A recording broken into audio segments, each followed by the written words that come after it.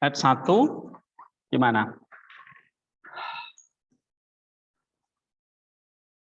Ini ada the ya.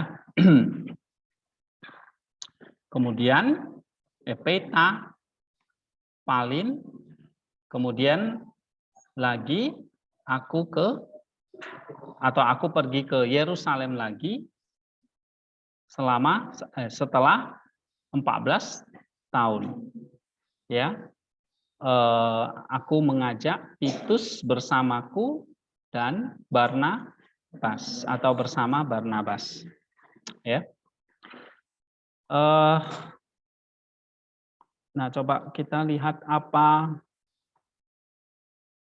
maksudnya ini ya. Nah, kalau tadi kita baca di sini,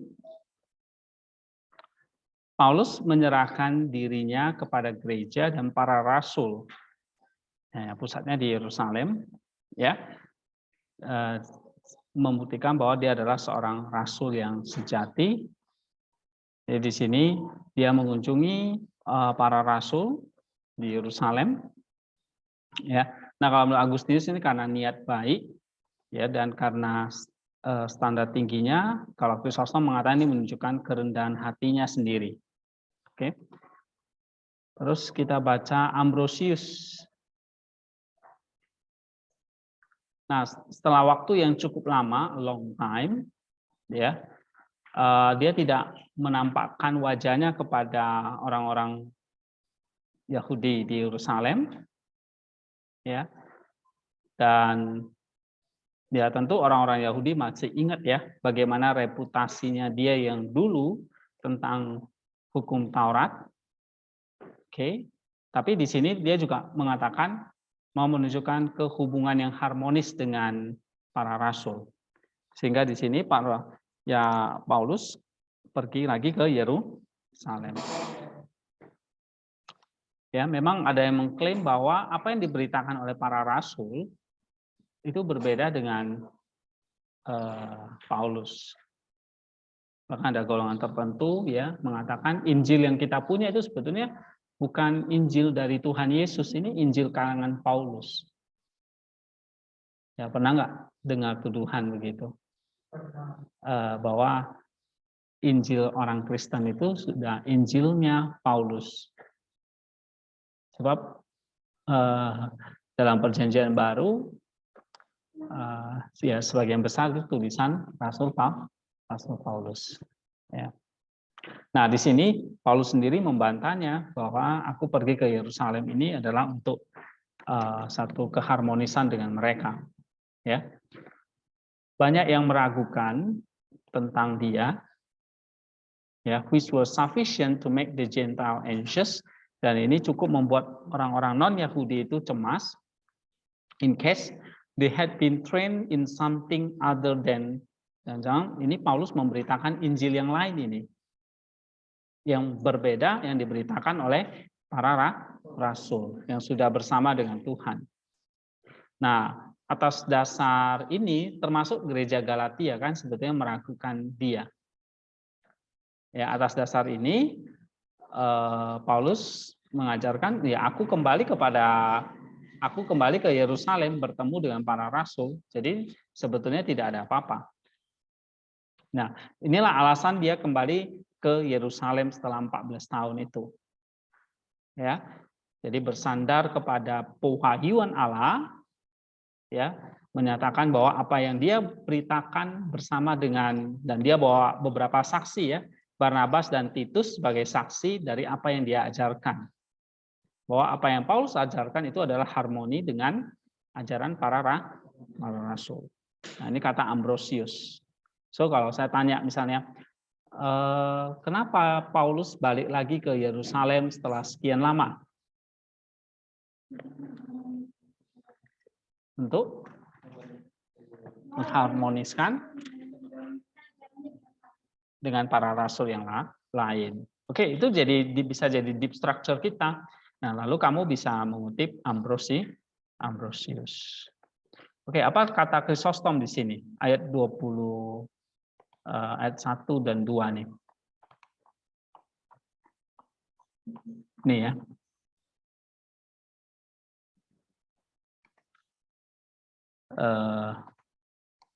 perjalanannya adalah nih.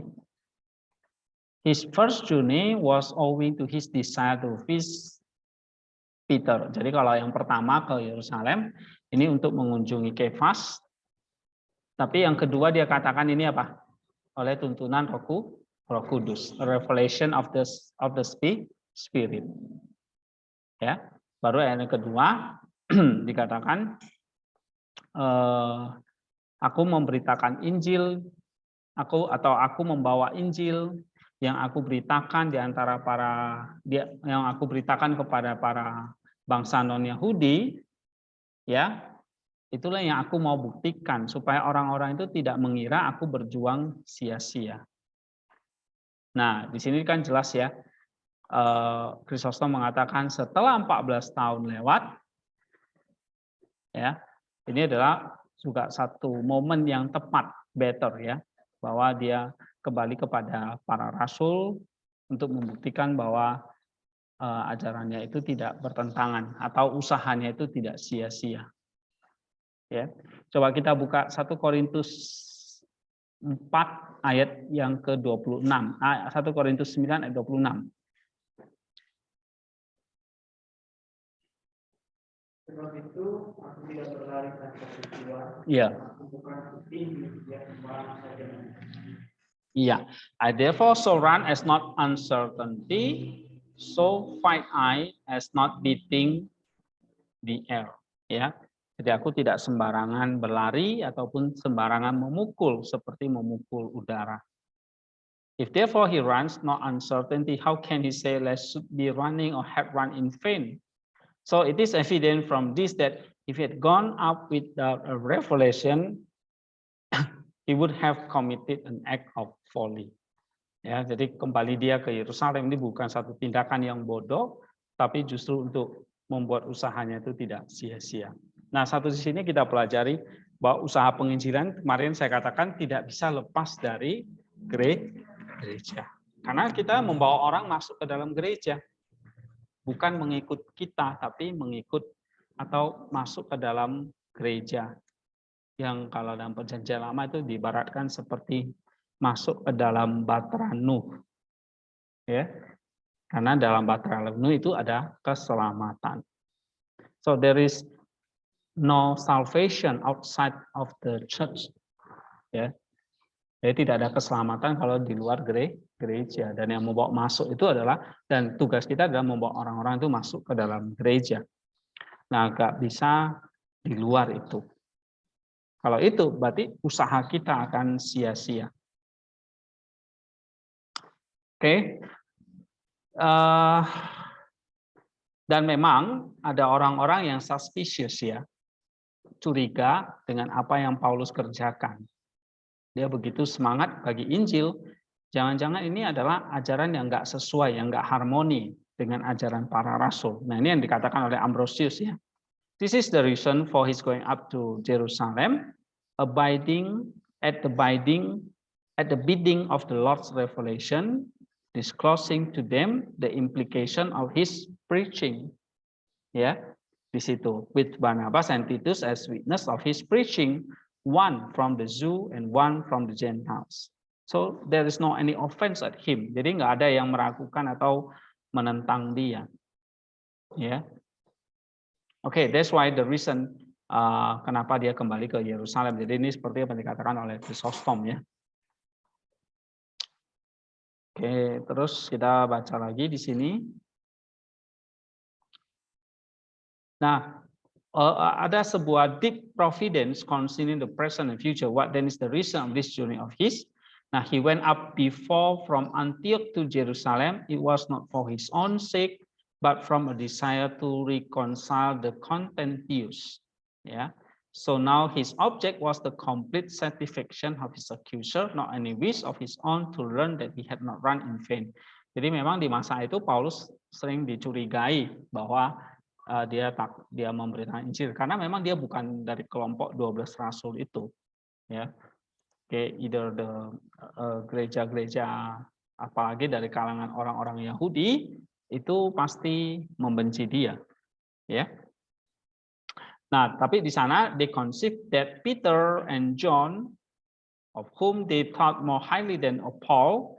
Nah, di sini Paulus sengaja menyebutkan nama Yakobus, betul ya, Yakobus, Kefas dan Yohanes, karena mereka ada rasul-rasul yang dikatakan di sini pilar atau lebih tinggi daripada Paulus. Ya, different from him that he omitted circumcision in his preaching, while the former allow it, and they believed that in his acting unlawfully as was running in vain. I went up saying he had communicated unto them by gospel, not that I may learn taught myself. Jadi Paulus memastikan bahwa apa yang diajarkan itu sesuai dengan contoh-contoh dari Petrus, Yakobus dan Yohanes, sehingga komunikasi atau Injil yang dia sampaikan itu tidak bertentangan dengan mereka. That am I convinced that suspicious, ini untuk meyakinkan orang-orang yang mencurigai dia atau meragukan dia, ya. The Spirit foreseeing this contention have provided that he should go up and make this communication. Sehingga oleh tujuan itulah dia berani mengatakan, ini aku didorong oleh Roh Kudus ke sana untuk mengharmoniskan apa yang sudah menjadi isu-isu di seputar gereja, ya. Oke. Nah, dia katakan di sini, he went up by revelation, mengambil bersama Barnabas dan Titus sebagai saksi atas ajaran dia. Nah, ini mengatakan bahwa Injil yang dia beritakan kepada para bangsa non-Yahudi itu adalah Injil yang sesuai dengan revelation. Ya, tapi Injil yang dia beritakan itu memang dia tidak menyertakan tentang sunat. Ya, nah, dan Paulus kan memang tidak mengajarkan itu. Dan ini yang dicurigai oleh orang-orang Kristen tapi masih mempertahankan sunat. Ya. But preferably before them, he will repeat what means preferably. Rather, he would wish to reform doctrine held in common, propose them not preferably, but before all in common. But Paul did this preferably, for his object was not to run or reform anything, but to cut off the ground of those who would fain deceive. Jadi kalau Paulus di sini mengatakan, atau Chrysostom di sini mengatakan di ayat yang kedua ya, dalam percakapan tersendiri kepada mereka yang terpandang secara private. Walaupun di teksnya di sini tidak muncul ya. Coba kalau kita lihat ayat yang kedua, tidak ada teksnya ini ya. Oke, nah ini tambahan. Makanya dalam terjemahan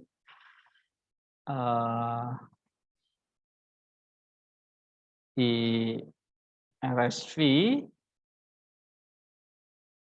ini ada buka kurung ya.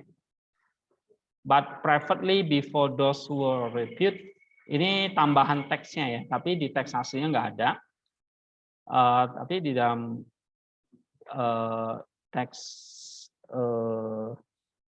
terjemahan itu ada tambahkan secara pribadi ya, secara pribadi.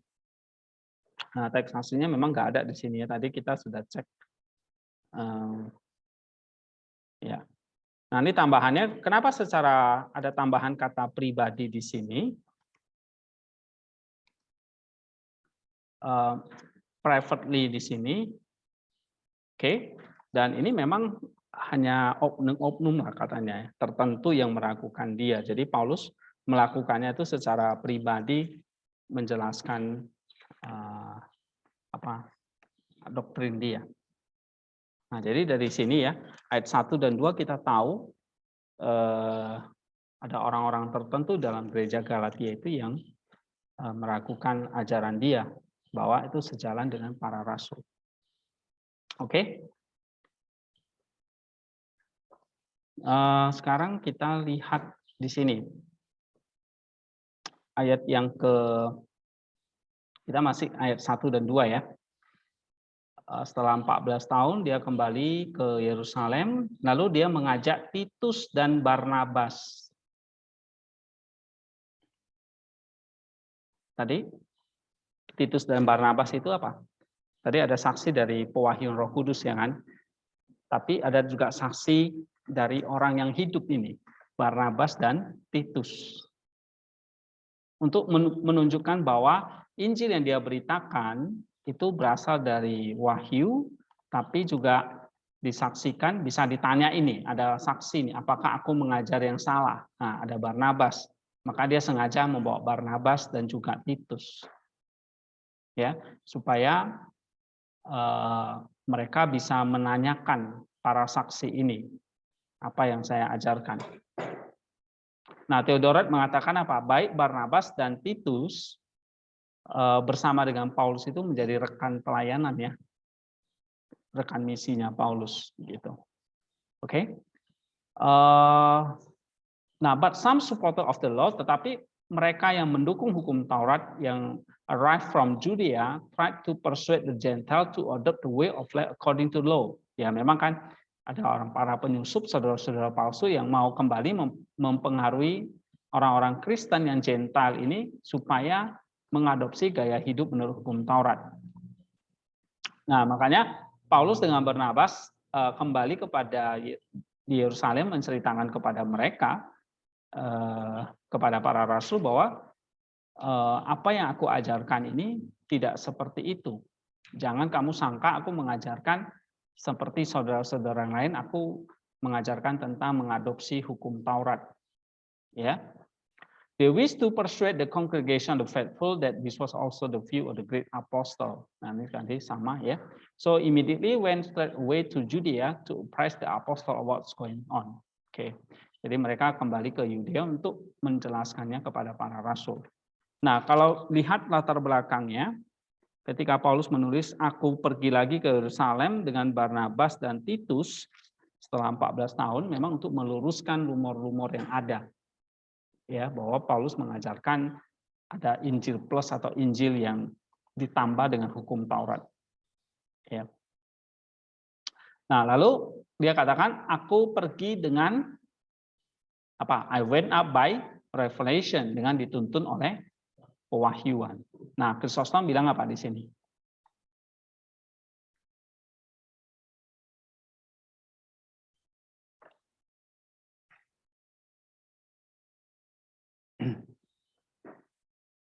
Nah, he first went up from Antioch to Yerusalem. Jadi dari Antioquia ke Yerusalem itu bukan karena kemauan dia tadi, ya. Ini karena dituntun oleh Roh Kudus untuk mengajarkan secara benar ajaran Kristus. Nah, jadi kalau dituntun oleh revelation, tentunya dengan satu tujuan bahwa dia ingin memenangkan orang-orang yang bermusuhan dengan dia, atau membungkam lah, ya, mulut orang-orang yang bermusuhan dengan dia, atau yang memfitnah atau mengatakan Paulus itu mengajarkan Injil yang lain, ya kan, gitu. Lalu kalau by revelation di sini untuk memastikan bahwa apa yang dia kerjakan selama ini tidak sia-sia, ya, untuk membungkam orang-orang yang bermusuhan atau berlawanan dengan dia. Nah, ini kata Chrysostom, ya, I went up by revelation. Nah, lewat by revelation itu bukan dari human origin, ya, tetapi memang dituntun oleh the Holy Spirit. Ini lebih jelas di sini tadi, ya, dikatakan the Holy Spirit. Mana ya?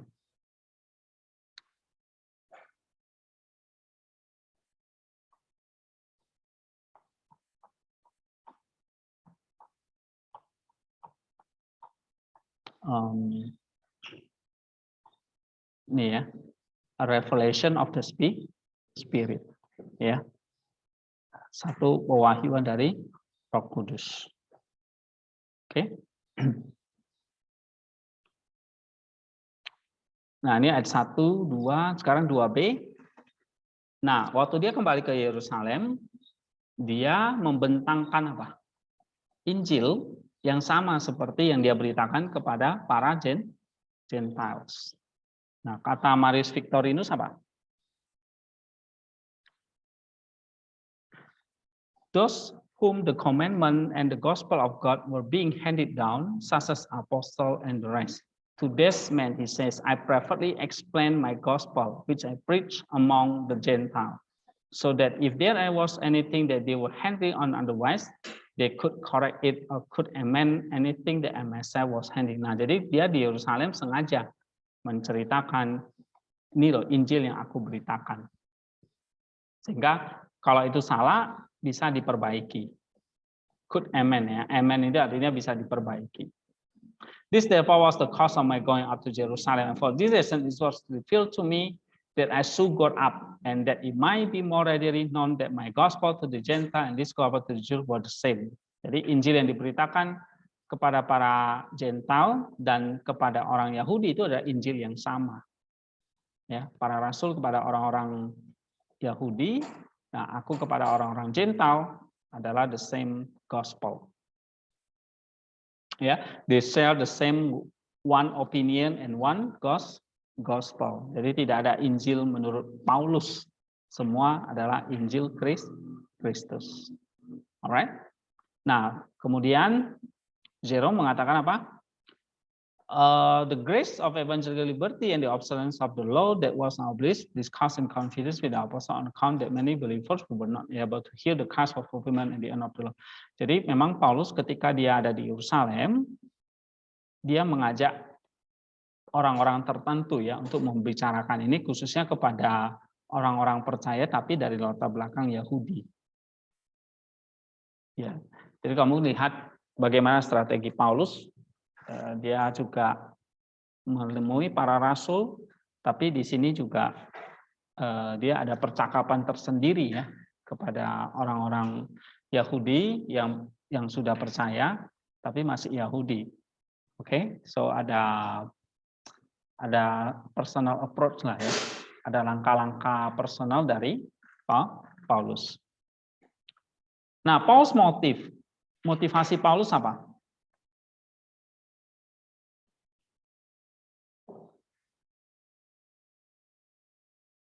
Di sini, it is indeed true that one who is eager to set right a common doctrine. Jadi kalau dia untuk to set right yang membentangkan satu doktrin yang benar, under text this is not private but in public. Nah, dia bentangkan di hadapan para rasul, tidak secara privat tetapi publik. Oke. It was not so with Paul, for he did not wish to learn or correct anything. Tapi kan Paulus itu kan dia tidak salah, dia bukan mau memperbaiki Injilnya. Sehingga ngapain secara publik? Ya.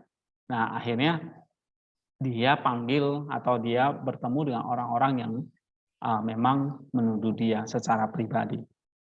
So, maka di ayat 2 dikatakan dalam percakapan sendiri kepada mereka yang terpandang. Ya, nah John Cassian mengatakan, who could be so presumption and blind as to dare to trust his own judgment and discretion when the face of election bear witness that he needs a partnership of his co-apostle. Jadi Paulus yang secara dicurigai ya, secara buta dicurigai mengajarkan Injil yang lain, di sini dia membuktikan atau membungkam orang-orang yang jadi kalau misalnya kalau dia dituduh mengajarkan Injil yang salah, ngapain dia berani balik ke Yerusalem? Nah kan gitu. Ya ini untuk membungkam orang-orang. Bahkan dia membawa Barnabas dan Titus. Oke. Nah pada akhirnya supaya di sini aku tidak berlari dengan sia-sia. So that I should not run or have run in vain. It means that gospel yang aku beritakan itu bukan sebuah kesia-siaan. Ya, Agustinus mengatakan ini adalah sama lah ya, that he was not running and had not run in vain from the fact that by the testimony of the others he was certified not to discern from the truth of the gospel. Jadi sekaligus membuktikan bahwa melalui kesaksian orang lain dia memang memberitakan Injil yang benar. Oke, ini ayat 1 dan 2. Ada yang mau tanyakan?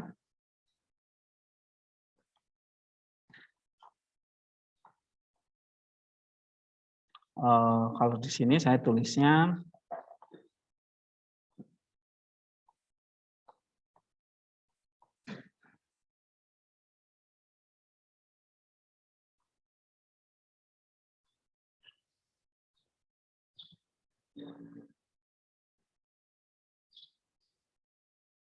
ini ya, Paulus sejalan dengan para rasul mengajar orang-orang Galatia lebih dari yang dia pelajari dari mereka. Bagi kaum Yudais, hanya para rasul sejati yang punya otoritas sah. Ya. Nah, memang kalau kita baca dalam kitab Galatia, Korintus, ini orang-orang Yudais di dalam gereja itu yang selalu mempertanyakan otoritas dia. Ya. Nah, di sini kaum Yudais salah, Paulus tidak meremehkan atau mengabaikan 12 rasul. Sebaliknya dia mengatakan bahwa tidak ada bedanya, bahwa semua rekan rasulnya dulu adalah pekerja yang berbeda dari dia. Tuhan tidak menunjukkan pilih kasih, nanti kalau kita baca ayat ke-6 ya. Adapun soal ajaran Injil, mereka tidak menambahkan apapun pada ajarannya. Ya, Barnabas menemani Paulus sebagai sesama rekan dalam pemberitaan Injil. Ini tadi ya. Nah, terus di sini dikatakan dia mencatat bahwa baik dia dan Petrus memiliki panggilan yang dapat dibedakan tetapi saling melengkapi, sebagaimana dibuktikan oleh pekerjaan mereka. Satu Allah memberikan satu Injil melalui dua rasul kepada dua kelompok etnis yang berbeda. Ya. Oke, sekarang kita masuk ke ayat yang ketiga. Coba baca 3-5. Terjemahan literalnya apa?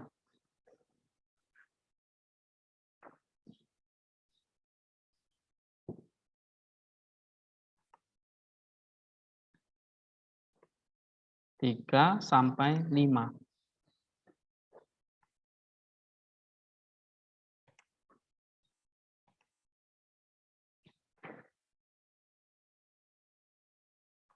Tetapi Titus, tetapi meskipun atau kendati pun ya, Titus apa? Yang bersama-sama dengan aku, kemudian tidak dipaksa untuk menyunatkan dirinya. Iya, tidak dipaksa menyunatkan dirinya, walaupun dia seorang Yunani. Nah, itu dia. Nah, lalu Paulus memberikan tadi kan dia membawa Titus ya, dan Barnabas, lalu dia kasih satu contoh di sini. Titus sendiri yang adalah orang Yunani, tidak ada yang paksa dia untuk sunat. Nah, ini sekali lagi untuk meyakinkan bahwa Paulus tidak mengajarkan Injil yang plus tadi, harus disertai dengan sunat.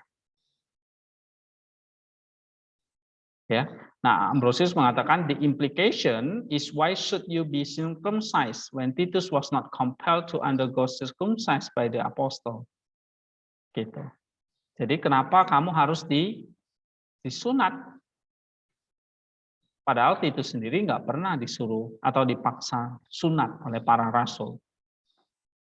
Nah, ini untuk menegaskan ya kepada gereja di Galatia, kasus Titus ini satu contoh bahwa jadi orang percaya, walaupun dia bukan orang Yahudi, ya tidak perlu ikut sunat. Ya, dan di sini Titus adalah bukan orang sembarangan ya. Dia apa? Dia punya peranan yang penting kan. Dia adalah seorang uskup di Pulau Kreta. Ya, gitu. Dia bukan hanya jemaat biasa, tapi dia punya jabatan sebagai uskup. Oke, Agustinus mengatakan apa? Nah, ini ada intrik ini antara saudara-saudara palsu, ya, bahwa Titus itu tidak dipaksa disunat. Ini untuk membantah ya tuduhan dari saudara-saudara palsu. It was not possible to require circumcision of him. Yeah. Those who had crept into spy on their liberty had a vehement expectation and desire for the circumcision of Titus. They wanted, with Paul's testimony and consent, to preach circumcision as necessary to salvation. Jadi di sini untuk membantah bahwa kebebasan di dalam Kristus itu sudah dijamin. Jadi tidak ada lagi keharusan menerima sunat sebagai syarat keselamatan. Nah, Paulus pakai contoh kasus Titus untuk menjelaskan bahwa tidak ada yang namanya sunat untuk diselamatkan. Ya, itu ayat yang ketiga. Nah, sekarang ayat yang keempat, coba baca. Dia, ini ya. Ya, terus?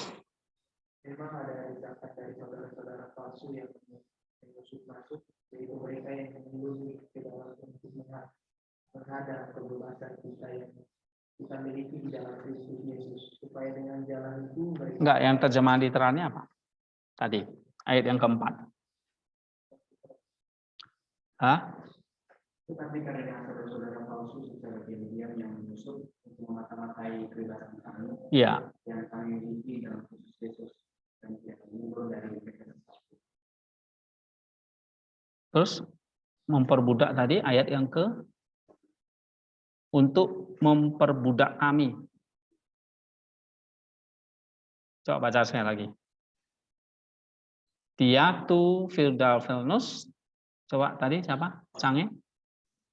Tapi karena saudara-saudara palsu secara diam-diam yang menusuk memata-matai kebebasan kami, ya, dan kami miliki di dalam Kristus Yesus. Supaya, ada kata lagi ya, supaya memperbudak kami, ya kan? Supaya memperbudak kami. Ayat yang kelima. Oke. Melainkan supaya kebenaran Injil tinggal di antara kami. Supaya kebenaran Injil tinggal di antara kami. Itu sampai ayat 5 ada ya. Oke, sekarang kita lihat kontennya di sini. Sintaktik kontennya pertama, false brethren. Ini ya. Saudara-saudara palsu nih. Lalu berikutnya apa? Memata-matai kebebasan kami, ya kan? Tapi kami tidak tunduk kepada mereka. Ya kan? Terus ini ya sampai 5 ini. Tapi kami tidak submit kepada mereka. Nah, coba kita lihat dari ayat 4. Who is the pseudo adelphos ini? False brethren. Ini adalah orang-orang yang memaksakan sunat ya dalam ajaran mereka. Oke. Ini dia. Imposed circumcision. Ya. Nah, first of all, it is one thing actively to impose an act and another passively to consent to it once done. For the one who jealously imposes it makes it necessary and paramount. But the one who, without imposing it, does not prevent the one who wants it, but does not consent to its necessity, but rather through passive consent seeks to accomplish other purposes. Jadi ini adalah orang-orang yang bertindak ya dan diam-diam untuk membuat satu kebenaran yang palsu ya yang mau mencapai seperti sebuah konsensus di dalam gereja. Ini loh harus ada sunat gitu. Jadi seolah-olah Injil anugerah dari Kristus gak cukup, nah harus ditambah dengan sunat. Ya. Second, the apostle did this only in Judea, but the false apostle had gone about everywhere. Oke, kalau para rasul itu kan memberitakan Injilnya di Yudea, tapi rasul-rasul palsu ini sudah pergi kemana-mana dan sudah sampai di Galatia. Nah, di sini Paulus menegaskan kepada para rasul ya di Yerusalem, mereka ini sudah sampai di mana-mana. Jadi siapa para false brother ini? Orang-orang yang impose circumcision. Ya. Terus dia katakan di sini apa? Ayat yang keempat, untuk memata-matai kebebasan kita. Apa kata Ambrosius?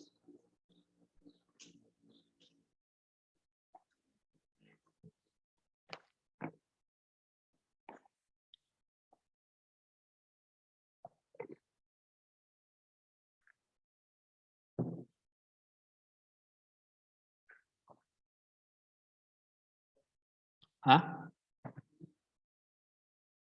Jadi memata-matai ini kalau Ambrosius mengatakan to give challenge ya. Jadi menantang kebebasan mereka. Mempengaruhi ya. Benar nggak kamu tuh sudah benar-benar bebas di dalam Kristus?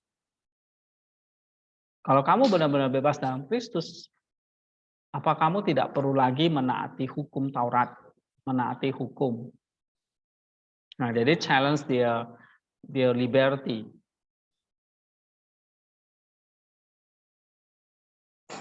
Ya. Jadi kalau kamu sudah bebas di dalam Kristus Yesus, apakah tidak perlu lagi taat kepada hukum Taurat? Nah, Paulus mengatakan liberty in Christ Jesus means not being subject to the law again. Ya, karena hukum Taurat itu bisa bondage, subject to the law of circumcision. Jadi bisa membelenggu kita khususnya dalam hukum sunat ini. Oke. Nah, apa kata Chrysostom di sini? Ayat yang keempat.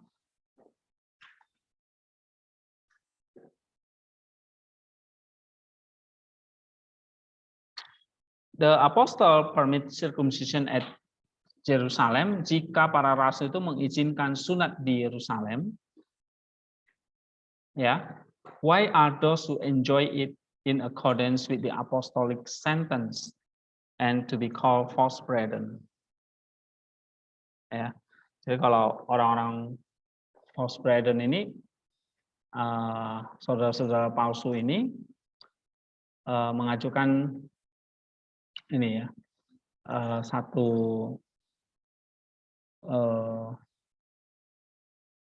challenge, tantangan ya. Jika para rasul itu mengizinkan sunat di Yerusalem, ya, why are those who enjoy it in accordance with the apostolic sentence to be called false brethren? Oke. Nah, jadi false brethren itu misalnya kayak mereka memberi kekacauan di Galatia itu, lihat misalnya di Yerusalem. Misalnya kayak golongan Yakobus atau rasul yang lain. Mereka memberi izin kalau ada orang yang mau disunat silakan gitu. Ya. Nah, jadi mengambil celah-celah tertentu. Ya, maka coba kita baca ya. Kisah para rasul ayat yang ke-15. Kisah Rasul 15 ya. Ini pada akhirnya para rasul itu bersidang ya setelah ada kasus tentang sunat ini. Ya, coba baca 15. Ini cukup panjang ya. Tapi ini latar belakangnya ini. Ayat 1 sampai 33.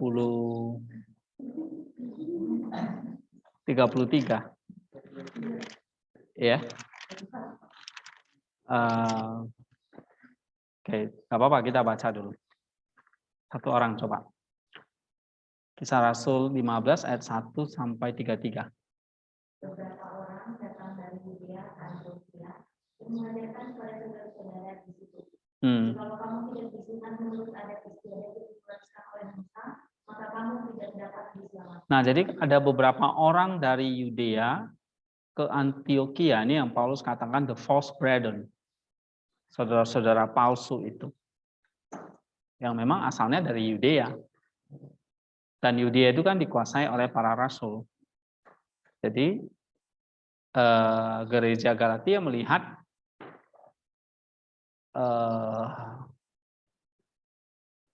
yang khususnya untuk non-Yahudi ya, akan menganggap gereja-gereja di Yerusalem itu juga mengajarkan sunat gitu. Ya. Lalu mereka nggak hanya sampai di Yudea, tapi ini saudara-saudara palsu ini ya juga udah sampai ke Antioquia. Dan di situ mereka ngapain? Mengajarkan saudara-saudara di sana, ini orang percaya ya. Terus dia ngomong, kalau kamu tidak disunat, maka kamu tidak dapat diselamatkan. Nah ini yang dilawan oleh Rasul Paulus yang dia katakan ini adalah saudara-saudara palsu ini. Lalu yang kedua,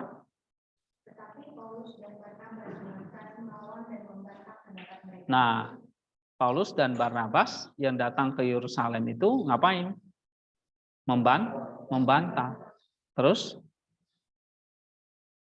Akhirnya ditetapkan supaya Paulus dan Barnabas serta beberapa orang lain dari jemaat itu pergi kepada rasul-rasul dan penatua-penatua di Yerusalem untuk membicarakan soal itu. Nah, jadi dari Antioquia itu di Syria ya, Paulus akhirnya mengajak Barnabas ke Yerusalem.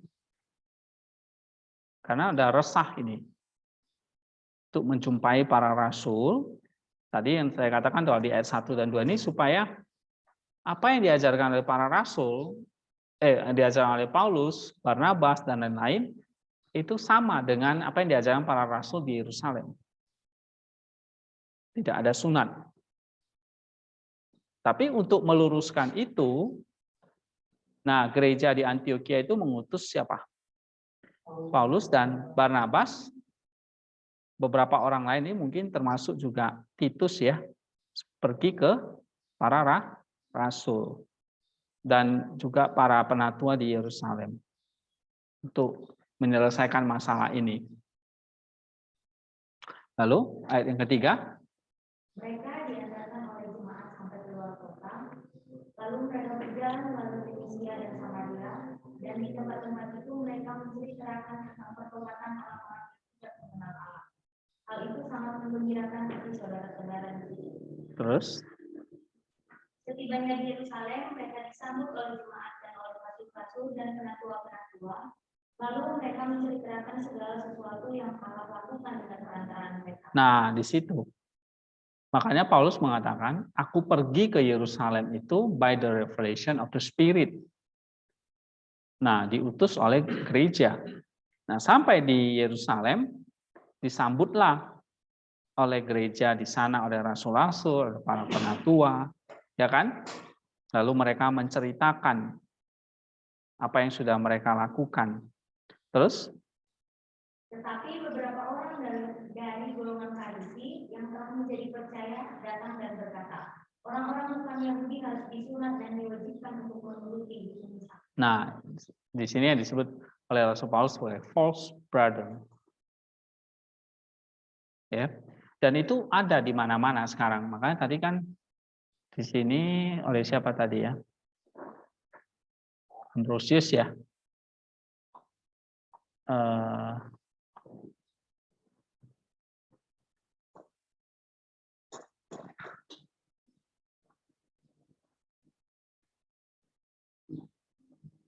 Lupa tadi di mana. Bahwa mereka tuh sudah sampai di mana-mana. Jadi nggak hanya ada di Yudea. Oh, ini tadi Chrysostom ya. The apostle did this only in Judea, but the false apostle sudah pergi kemana-mana. Termasuk juga masuk dalam gereja Galatia. Gitu. Nah, jadi waktu Paulus nulis ini dia Paulus flashback ya. Dulu aku diutus ke Yerusalem ini untuk menyelesaikan masalah ini. Oke, ayat yang ke-6. Maka bersidanglah rasul-rasul dan penatua-penatua untuk membicarakan hal itu. Terus? Sesudah beberapa waktu lamanya berlangsung pertukaran pikiran mengenai soal itu, berdirilah Petrus dan berkata kepada mereka, "Hai saudara-saudara, kamu tahu bahwa telah sejak semula Allah memilih aku dari antara kamu, supaya dengan perantaraan olehku bangsa-bangsa lain mendengar berita Injil dan menjadi percaya. Terus? Dan Allah yang mengenal hati manusia yang telah menyatakan kehendaknya untuk menerima mereka, sebab Ia mengaruniakan Roh Kudus juga kepada mereka sama seperti kepada kita. Ya, terus saja. Dan Ia sama sekali tidak mengadakan perbedaan antara kita dengan mereka, sesudah Ia menyucikan hati mereka oleh firman. Kalau demikian, mengapa kamu mau mencobai Allah dengan meletakkan pada tentu murid-murid itu suatu yang tidak dapat dipikul baik oleh nenek moyang kita maupun oleh kita sendiri? Sebaliknya, kita percaya bahwa oleh kasih karunia Tuhan Yesus Kristus kita akan beroleh keselamatan sama seperti mereka juga. Oke, ini Paulus ya yang berkata di tengah-tengah para rasul. Terus? Maka diamlah seluruh umat itu, lalu mereka mendengarkan Paulus dan Barnabas menceritakan segala tanda dan mujizat yang dilakukan Allah dengan perantaraan mereka di tengah-tengah bangsa-bangsa lain. Setelah Paulus dan Barnabas selesai berbicara, berkatalah Yakobus. Nah, ini Yakobus ini yang saudara Tuhan itu, yang menjadi uskup di Yerusalem. Terus? Hai saudara-saudara, dengarkanlah aku. Simon telah menceritakan bahwa sejak semula Allah menunjukkan rahmat-Nya kepada bangsa-bangsa lain, yaitu dengan memilih suatu umat di antara mereka bagi namanya. Hal itu sesuai dengan ucapan-ucapan para nabi seperti yang tertulis. Kemudian aku akan kembali dan membangunkan kembali pondok Daud yang telah runtuh, dan reruntuhannya akan kubangun kembali dan akan kuteguhkan, supaya semua orang lain mencari Tuhan dan segala bangsa yang tidak mengenal Allah yang disebut milikku, demikianlah firman Tuhan yang melakukan semuanya ini, yang telah diketahui dari sejak semula. Sebab itu aku berpendapat bahwa kita tidak boleh menimbulkan kesulitan bagi mereka dari bangsa-bangsa lain yang berbalik kepada Allah. Nah, ini perkataan Yakobus ya. Kita tidak boleh menimbulkan kesulitan kepada mereka dari bangsa-bangsa lain yang berbalik kepada Allah. Terus? Tetapi kita harus menulis surat kepada mereka supaya mereka menjauhkan diri dari makanan yang telah dicemarkan berhala-berhala, dari percabulan, dari daging binatang yang mati dicekik, dan dari darah. Nah, ini apa ini? Dari berhala, percabulan ini sebetulnya adalah isi dari hukum Taurat. Ya. Tidak mempersulit, tapi juga mereka harus menjauhkan diri dari hal-hal itu. Sebab sejak ayat 21. Sebab sejak zaman dahulu hukum Musa diberitakan di tiap-tiap kota, dan sampai sekarang hukum itu dibacakan tiap-tiap hari Sabat di rumah-rumah ibadat. Nah, ini jawaban Yakobus yang memang mau memberi pertengahan ya, menjembatani antara orang Yahudi yang bertobat dengan bangsa-bangsa lain yang bertobat. Oke, lalu? Maka rasul-rasul dan penatua-penatua beserta seluruh jemaat itu mengambil keputusan untuk memilih dari antara mereka beberapa orang yang akan diutus ke Antioquia bersama-sama dengan Paulus dan Barnabas, yaitu Yudas yang disebut Barsabas dan Silas. Keduanya adalah orang terpandang di antara saudara-saudara itu. Terus? Kepada mereka diserahkan surat yang bunyinya, salam dari rasul-rasul dan penatua-penatua dari saudara-saudaramu kepada saudara-saudara di Antioquia, Syria, dan Kilikia yang berasal dari bangsa-bangsa lain. Nah, ini tempat di mana Rasul Paulus melayani. Antioquia, Syria, Kilikia. Terus? Kami telah mendengar bahwa ada beberapa orang di antara kami yang tiada mendapat pesan dari kami telah memisahkan dan menggoyahkan hatimu dengan ajaran mereka. Sebab itu dengan bulat hati kami telah memutuskan untuk memilih dan mengutus beberapa orang kepadamu bersama-sama dengan Barnabas dan Paulus yang kami kasihi, yaitu 2 orang yang telah mempertaruhkan nyawanya kepada nama Tuhan kita Yesus Kristus. Maka kami telah mengutus Yudas dan Silas, yang dengan lisan akan menyampaikan pesan yang tertulis ini juga kepada kamu. Sebab adalah keputusan Roh Kudus dan keputusan kami, supaya kepada kamu jangan dipertanggungjawabkan lebih banyak beban daripada yang perlu ini. Terus? Kamu harus menjauhkan diri dari makanan yang dipersembahkan kepada berhala, dari darah, dari daging binatang yang mati dicekik, dan dari percabulan. Jikalau kamu memelihara diri dari hal-hal ini, kamu berbuat baik. Sekianlah, selamat. Nah, ini surat yang diedarkan ini ke gereja-gereja yang mengatakan bahwa tidak mempersulit, tetapi juga menjauhkan diri dari percabulan, dari makanan yang sudah dipersembahkan kepada berhala. Ya, karena memang tujuannya ada untuk mempertobatkan mereka kan dari bangsa-bangsa non-Yahudi ini yang masih banyak menyembah dewa berhala. Ya, jadi memang pada awalnya ya, karena memang iman itu kan belum terbentuk seperti sekarang ini ya. Dan masih ada di awal-awal itu ada keributan nih perlu disunat atau enggak gitu. Nah, akhirnya para rasul itu bersidang dan keputusannya itu saya kira ini keputusan Roh Kudus dikatakan di situ ya, dan keputusan kami.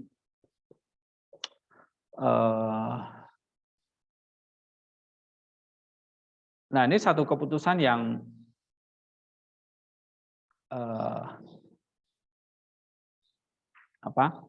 bukan sunat itu yang menentukan keselamatan, tapi juga sisi lain mereka juga harus menghormati hukum Taurat atau menjalankan beberapa perintah dari hukum Taurat itu. Ya, ayat 30 coba baca. Setelah berpamitan, Yudas dan Silas berangkat ke Antiokhia. Di situ mereka memanggil seluruh jemaat berkumpul lalu menyerahkan surat itu kepada mereka. Terus? Setelah membaca surat itu, jemaat bersuka-cita karena isinya yang menghiburkan. Yudas dan Silas yang adalah juga nabi, lama menasihati saudara-saudara itu dan menguatkan hati mereka. Dan sesudah beberapa waktu, keduanya tinggal di situ, saudara-saudara itu melepas mereka dalam damai untuk kembali kepada mereka yang mengutusnya. Tetapi Silas memutuskan untuk tinggal di situ. Iya, Yudas dan Silas diutus untuk memberitakan ya surat itu. Nah, ini yang menjadi ini yang diceritakan oleh Paulus juga ya di dalam surat Galatia ini. Kenapa dia kembali ke Yerusalem, lalu dia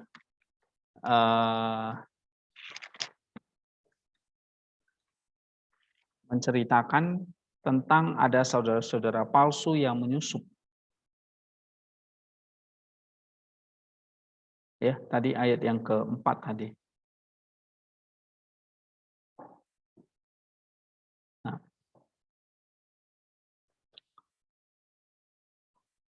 Oke, kita lanjut di sini. Ayat yang kelima ya. Tidak, ayat yang kelima tadi apa? Supaya kamu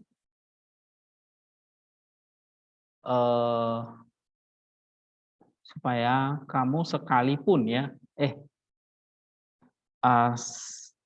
sesaat pun tidak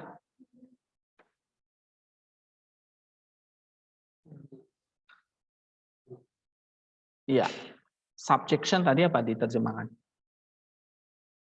Tidak takluk ya. Supaya kebenaran Injil bisa tinggal di antara kamu.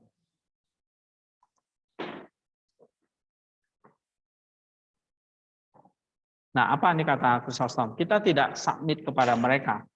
See how noble and emphatic his words are for the false brethren did not do this in order to teach anything profitable, but they might subject and enslave them. Ya, jadi untuk akal ini, we yield it to the apostle, but not to the false brethren. Oke, ini konteksnya tadi kita sudah baca. Paulus bergegas ya ke Yerusalem supaya ajaran yang ini ya tidak membuat atau membuat kita menjadi tunduk. Sehingga kebenaran Injil itu tidak tinggal lagi di dalam diri kita. Ini kata Theodoret, not even for a short while. Artinya, would we endure the arrogant opinion, but we prefer the truth of the gospel before all things.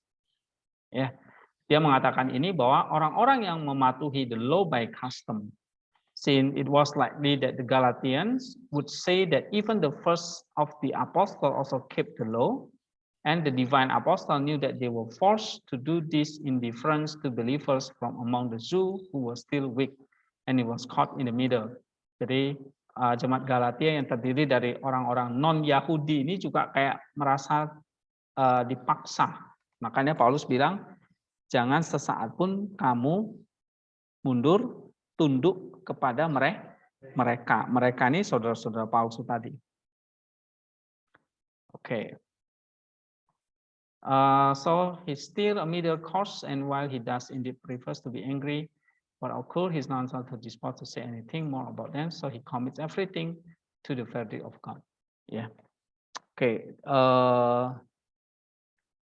Ini ayat yang kelima ya. Nah, kalau kita baca di sini ayat yang kelima, Chrysostom.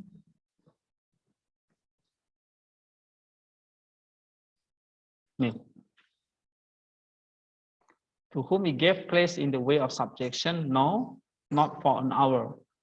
Jadi jangan sekali-sekali gitu ya, kamu tunduk kepada mereka atau objek kepada doktrin yang salah atau subjected and enslaved them.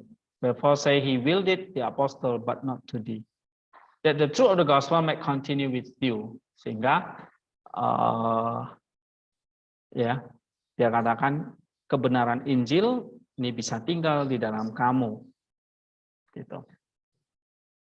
Jadi kalau kita menaati Injil yang lain, maka kebenaran Injil itu tidak lagi tinggal di dalam kamu. Nah, Kristus